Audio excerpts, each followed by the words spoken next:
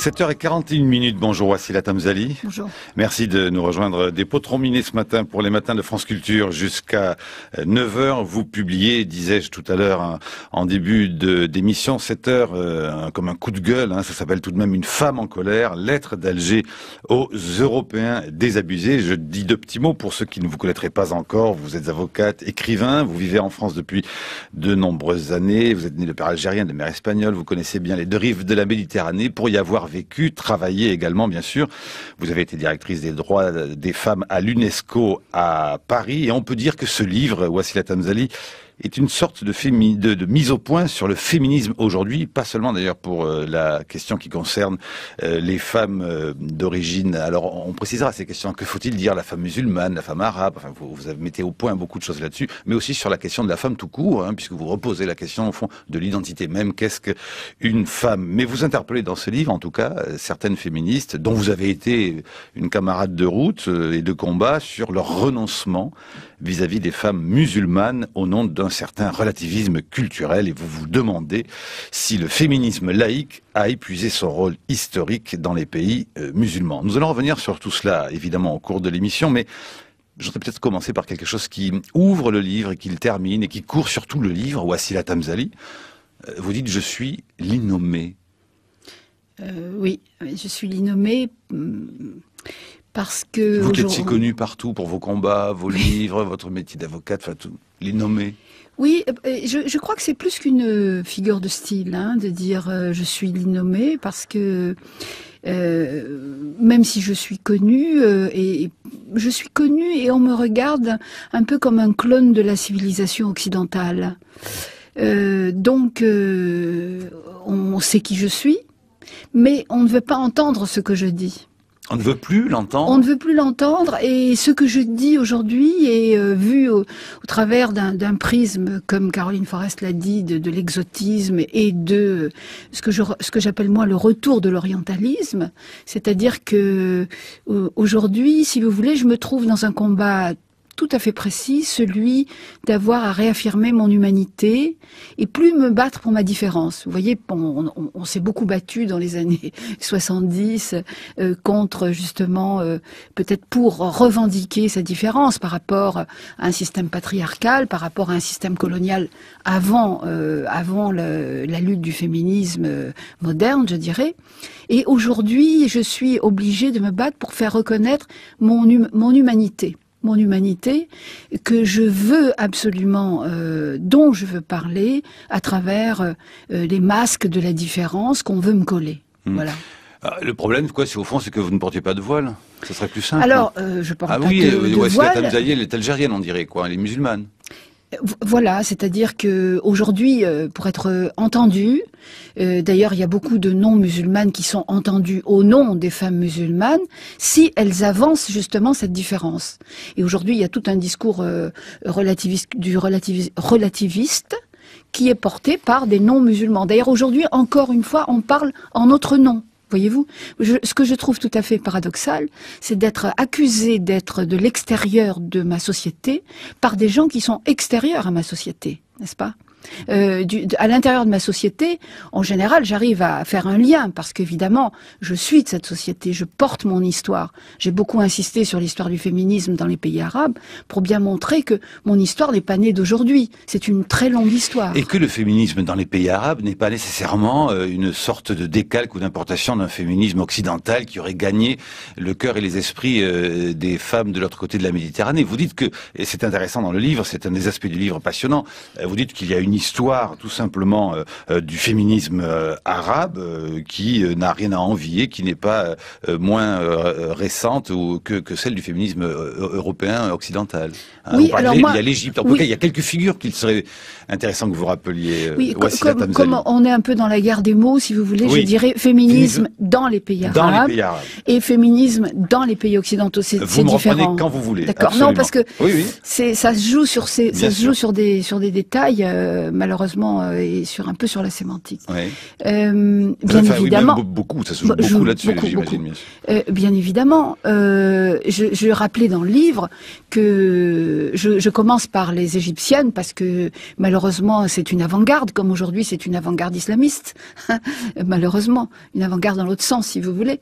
Je rappelle la figure d'une grande dame du féminisme qui peut être d'ailleurs à l'origine, c'est notre ancêtre si vous voulez, et qui s'appelle Huda Sharawi, et qui a, alors je le dis un peu par provocation, les femmes du Caire dans la grande manifestation organisée contre les Anglais par le WARF, qui était le premier parti politique nationaliste égyptien, et qui avait été mobilisé par les hommes parce que les hommes pensaient justement que l'armée anglaise n'oserait pas tirer sur des femmes. Donc on a mis dans cette grande marche contre les Anglais, on a mis les femmes devant. Mais les femmes ont pris une autonomie formidable déjà dans cette histoire quand elles se sont dirigées vers le Nil et qu'elles ont jeté leur voile dans le Nil. Et ça, évidemment, les hommes... On était en quelle année 1920, 1923, je crois, oui. Et les hommes ne l'attendaient pas. Les hommes ne l'attendaient pas. Comme quand les femmes algériennes, le 5 juillet 62, quand elles descendent dans la rue, sans demander l'autorisation à leur père et à leurs frères, elles enlèvent leur voile pour dire leur joie d'être libres et d'être indépendantes. Alors, mon rôle à moi, si vous voulez, aujourd'hui, en tant que féministe, dans les années 2000, c'est justement de reconstruire cette histoire qu'on veut nous nier, n'est-ce pas ? Qu'on veut nous nier, et de les reconstruire, non seulement d'ailleurs auprès d'un mouvement réactionnaire, conservateur et religieux dans les pays arabes aujourd'hui, qui veulent faire de l'indépendance de ces pays et de toute la post-colonisation, la récupération d'une soi-disant tradition qui est complètement inventée d'ailleurs. Quand on dit un retour aux sources, c'est complètement faux. Moi, je le dis dans ce livre. Alors, quand on dit, mais si, c'est dans le Coran quand même. Mais pas du tout. Et si ma grand-mère venait aujourd'hui, d'ailleurs le livre est dédié à ma grand-mère, oui, qui était une femme musulmane pratiquante, qui était voilée de blanc, qui portait un haïk quand elle sortait. Quand ma mère, qui est espagnole, est rentrée dans cette famille algérienne, il lui est arrivé de porter le voile pour accompagner ma grand-mère en visite. Donc moi, l'histoire du voile, c'est mon histoire, hein, c'est vraiment mon histoire. Eh bien, les femmes... les femmes aujourd'hui, si ma grand-mère venait, oui, voilà. si ses amis venaient, si mon grand-père venait, il ne pourrait pas recruter des jeunes filles dans les banlieues françaises parce que c'est pas le même islam. Vous comprenez? Alors, qu'est-ce que vous entendez par recruter? Eh ben, je vais vous dire, c'est-à-dire que l'islam de ma grand-mère ne pourrait pas trouver des supporters aujourd'hui dans les banlieues parisiennes et même dans les villes d'Alger. Parce que ce que je veux dire, et c'est je crois important que les gens prennent conscience de cela, c'est que dans cette islamisation, ce n'est pas un retour au passé. C'est ça que je veux dire. Voyez-vous, le passé... Et on se trompe donc dans la plus grande majorité, parce que c'est vrai que là vous dites quelque chose qui est devenu de plus en plus au fond singulier. Vous écrivez, je vous cite, être de culture musulmane, laïque, libre penseur et féministe, voilà une bizarrerie qui ne s'explique pas aisément. Alors, vous vous sentez isolé? Vous êtes dans un cas qui est devenu isolé? Oui, alors c'est une bizarrerie qui ne s'explique pas aisément, et en même temps ce n'est pas une provocation stérile. Parce que je parle au nom de très nombreux hommes et femmes qui sont exactement dans cette situation. Je me sens isolée, bien sûr, nous nous sentons tous isolés. Mais nous sommes isolés comme certains penseurs à un moment donné, dans des moments de crise et dans des changements de société, comme le mouvement féministe en France, qui était un mouvement très minoritaire. Je rappelle que quand les femmes ont été déposées la gerbe à l'Arc de Triomphe, elles étaient peu, et surtout, et je mets l'accent là-dessus, elles ne représentaient pas socialement toute la France. C'était une avant-garde d'intellectuels, comme nous le sommes aujourd'hui, de femmes qui sortaient et qui étaient dans les universités, qui étaient dans des mouvements politiques, les mouvements de 68, comme vous savez, et qui ont, d'une certaine manière, lancé un mouvement qu'on appelle le mouvement féministe aujourd'hui en France, et qui était très minoritaire, et socialement, et numériquement. Et ça n'est pas parce que c'est une minorité qu'il ne faut pas l'écouter. Vous confessez au fond que dans votre militantisme, dans votre même participation à l'indépendance de l'Algérie, vous dites que lutter pour des valeurs qui vous semblaient fondamentales, l'égalité, la liberté, pour une Algérie qui devenait nouvelle, amènerait fatalement aussi une amélioration de la condition de la femme. Et vous confessez vous êtes trompé, et finalement dire que le féminisme, quels que soient les excès qu'on peut lui reprocher, les différences et les débats que ça peut entraîner, au fond, pour la question de la femme,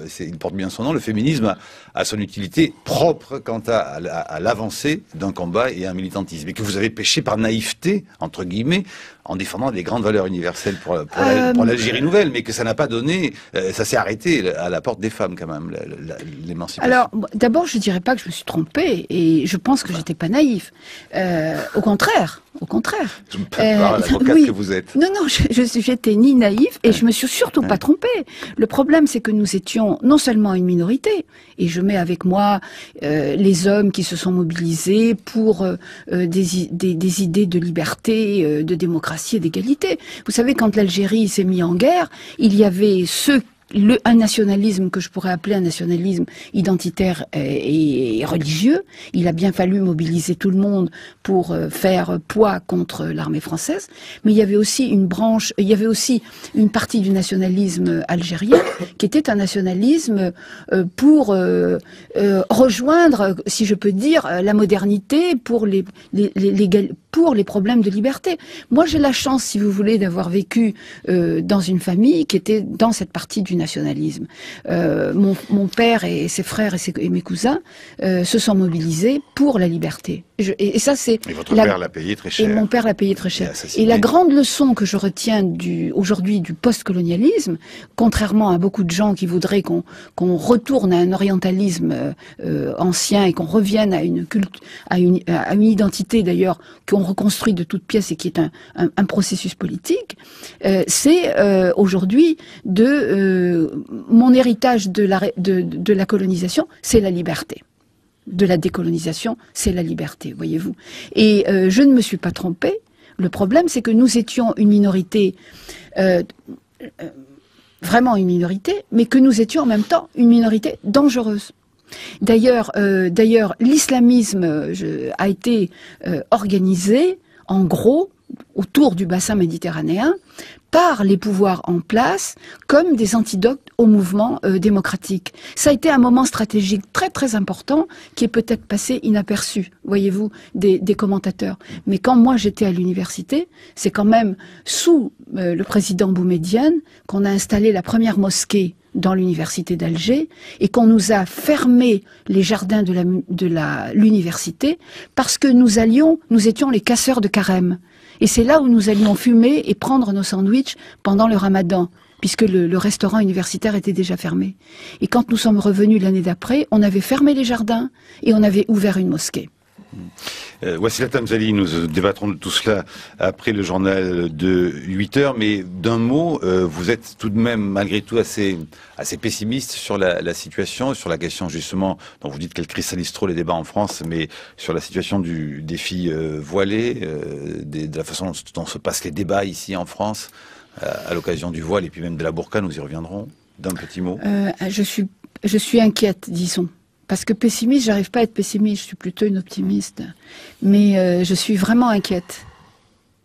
Parce qu'aujourd'hui, si vous voulez, on est en train de cristalliser, on aura peut-être l'occasion d'en parler, mais oui. Ce débat de la burqa est en train à mon avis, d'effrayer une partie des Français musulmans qui m'intéressent beaucoup, et même des musulmans en Algérie d'ailleurs, et qui sont ce que j'appellerais des musulmans modérés et silencieux.